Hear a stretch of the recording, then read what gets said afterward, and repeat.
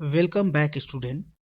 In this lecture, I am going to explain the explanation of diode equation, VI characteristics of PN junction diode, analysis of effect of temperature on different parameter of diode. In the before lectures, I have discussed till diode explanation in the forward bias and in the reverse bias. Now I will discuss the current equation and effect of temperature on the diode. So let's begin.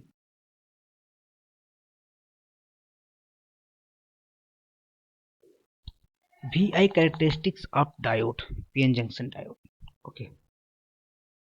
Irrespective of whether the diode is forward bias or reverse bias, the current ID flowing through the diode is related to the applied voltage VD by equation. यहाँ पर हम लोग देख सकते हैं कि जो diode का इक्वेशन होता है ID equal to I not into e to power V D eta V T -1, ठीक है, where ID is diode current, I naught is reverse saturation current or leakage current, VD is applied diode voltage, नीटा जिसको हम ideality factor बोलते हैं, germanium के लिए इसकी value 1 होती है, सिलिकॉन के लिए 2, VT is temperature equivalent voltage और इक्विवेलेंट ऑफ टेम्परेचर वोल्टेज, जिसकी वैल्यू ऑलमोस्ट 20 मिली वोल्ट होता है, ठीक है। सो ये सब पैरामीटर हैं और इस इक्वेशन को ज़्यादातर लोग Shockley current equation, diode current equation बोला जाता है। तो this is a important current equation and यहाँ से हम देख सकते हैं कि जो अप्लाइड वोल्टेज है वो करंट से कैसे रिलेटेड है। तो ये एक्सपोनेंशियली रिलेटेड है, जब आप VD बढ़ाओगे तो करंट एक्सपोनेंशियली इंक्रीज करता है, ठीक है। तो इसको हम एनालिसिस करते हैं। Diode current equation is given by equation 1 is दिया गया है डायोड करंट, जिसको हम लोग पहले डिस्कस करें। अनबायस्ड कंडीशन में क्या होगा? अनबायस्ड मतलब क्या? आपने कोई वोल्टेज डायोड के क्रॉस नहीं लगाया, यानी VD इक्वल टू 0। तो आप VD इक्वल टू 0 रखे तो e टू पावर 0 -1 आ जाएगा, और किसी के पावर 0 वैल्यू 1 होती है उसकी वैल्यू। यहाँ पर हम आपको समझाते हैं, e टू पावर 0 हो या 10 टू पावर 0 हो, किसी की पावर अगर 0 करते हो तो उसकी वैल्यू हमेशा 1 होती है, ठीक है। तो यहाँ पर क्या हो जाएगा, e टू पावर 0 -1, तो e की पावर 0 वैल्यू 1 होगी, तो 1 -1 कितना होता है? 0। तो ID करंट की वैल्यू 0 आ जाएगा। So curve passes through V naught and I naught is origin.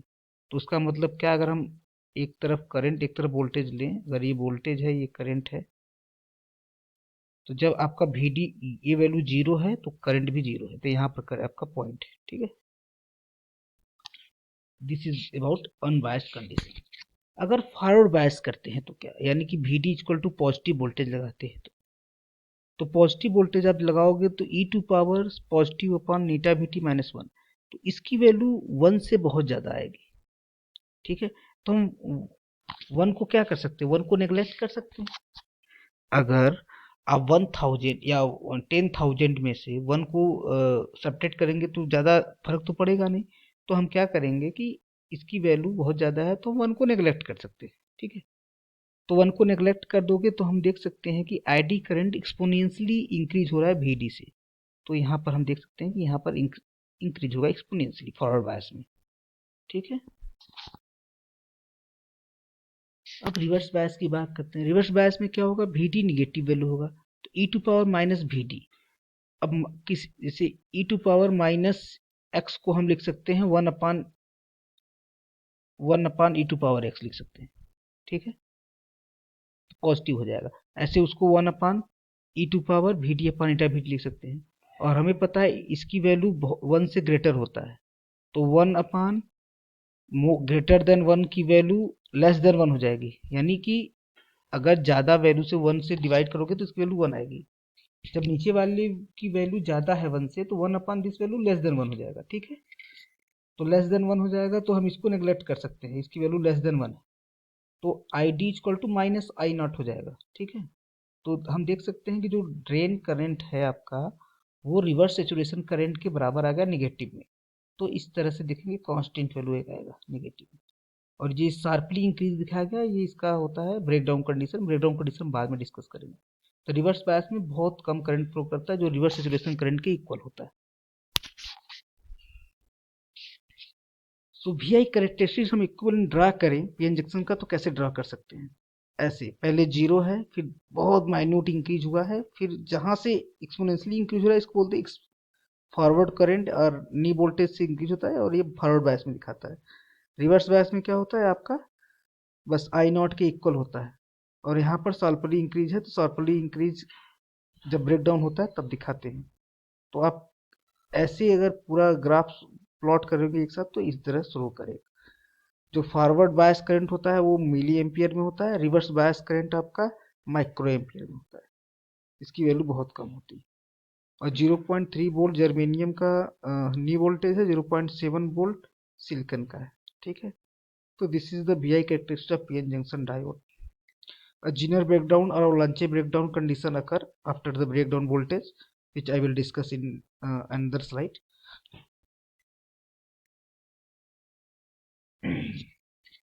अब देखिए, अगर हम जर्मेनियम और सिलिकॉन का दोनों का एक साथ ड्रॉ करें तो क्या फर्क पड़ेगा? हमें पता है कि जर्मेनियम का 0.3 वोल्ट से ही स्टार्ट हो जाता है करंट, तो 0.3 से ही स्टार्ट हो गया। और सिलिकॉन का 0.7 से स्टार्ट हुआ, 0.7 से स्टार्ट हुआ। और इसी तरह जर्मेनियम का जो ब्रेकडाउन वोल्टेज होता है वो भी कम होता है, वो पहले ही ब्रेकडाउन हो जाता है, और सिलिकॉन का बाद में होता है। तो एक साथ हम ऐसे शो कर सकते हैं। ठीक,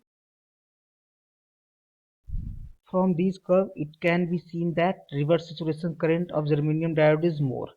और यहाँ पर हम देख सकते हैं कि जो ये रिवर्स सैचुरेशन करंट है ना, बहुत ज़्यादा गैप है जर्मेनियम के लिए। ठीक है, तो कह सकते हैं कि जर्मेनियम सेमीकंडक्टर में लीकेज करंट ज़्यादा होता है as compare to silicon silicon semiconductor.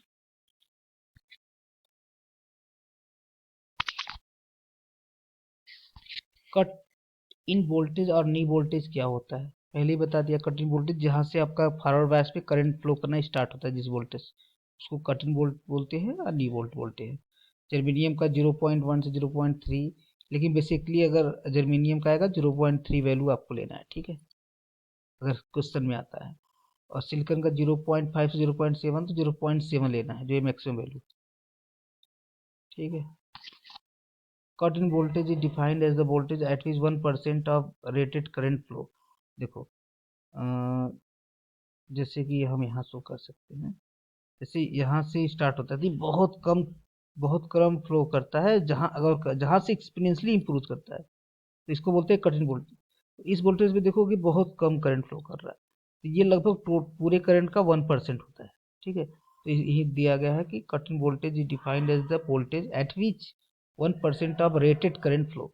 ठीक है, रेटेड मतलब कि डायोड का कोई रेट होगा ना कि 10 मिली एम्पियर करंट फ्लो करेगा, तो 10 मिली का 1% आप निकाल लो, वही करंट उस करंट पे जो आपका वोल्टेज होगा वो वोल्टेज बोलते हैं कट इन वोल्टेज।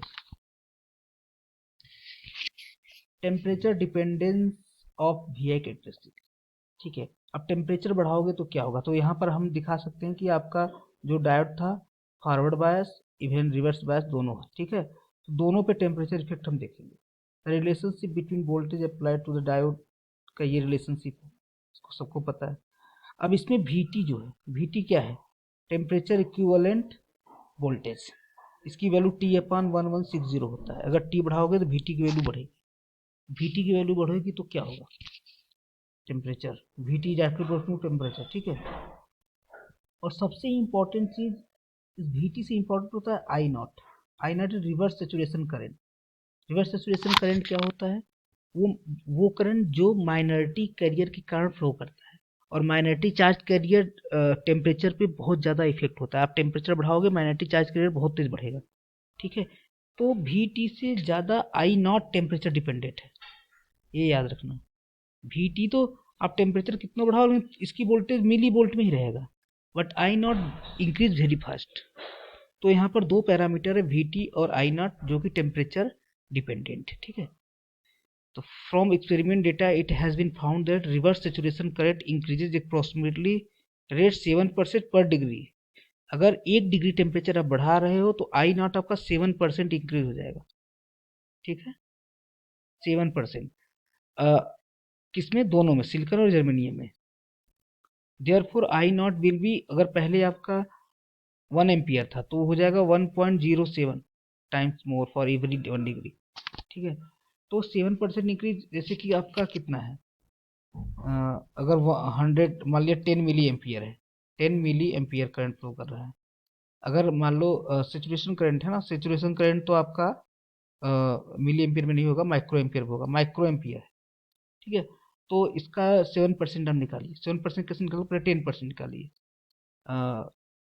7% निकालोगे 7/100 कर देंगे। ठीक है, कितना आ जाएगा, 0.7, 0.7 आ जाएगा। ठीक है, 0.7, ये तो 7% होगा, इतना टाइम्स इंक्रीज हो जाएगा, तो मतलब 1.7 आपका पर डिग्री पे इंक्रीज हो रहा है। समझ रहे हो ना, पर डिग्री इतना इंक्रीज हो रहा है। तो आप कह सकते हो कि इसकी वैल्यू, अगर आप ऐड करोगे, पहले कितना था, 7%, 70% होगा। 7% में तो ये 0.7 आएगा 70% के लिए, 7% के लिए आएगा 0.07 आएगा। ठीक है, 0.07, तो आपका कितना ऐड हो जाएगा, 1.07। मतलब आपने 1 डिग्री टेम्परेचर बढ़ाया तो इसकी वैल्यू इतनी होगी। ठीक, तो बेसिकली हम कह सकते हैं कि 1 डिग्री टेम्परेचर इंक्रीज करने पे 7% आपका आई नॉट वैल्यू इंक्रीज हो रहा है। तो यहाँ पर लिखा भी है सब कुछ, एवरीथिंग। और इसके पास अगर 10 डिग्री टेम्परेचर बढ़ा रहे हो, 10 डिग्री, ठीक है, तो आपका जो करंट की वैल्यू है वो कितना हो जाएगा, 2 टाइम्स इंक्रीज कर जाएगा। अगर आपका सपोज 10 माइक्रो एम्पियर करेंट है, ठीक है, और इसको 10 डिग्री बढ़ा दिए तो 20 माइक्रो एम्पियर हो जाएगा। तो इससे एक रिलेशन निकलता है कि आपका जो आई नॉट करेंट है, T2 and T1, 2 to power T2 - T1/100। ठीक है, तो I naught T2 equal to I naught 0 1 2 to power ΔT।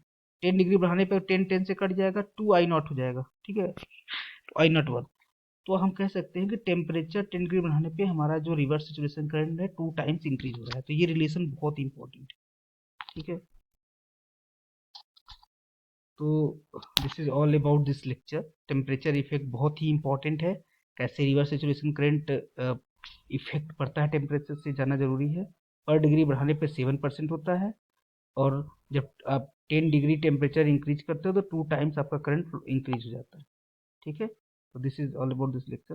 I should stop here. Thank you.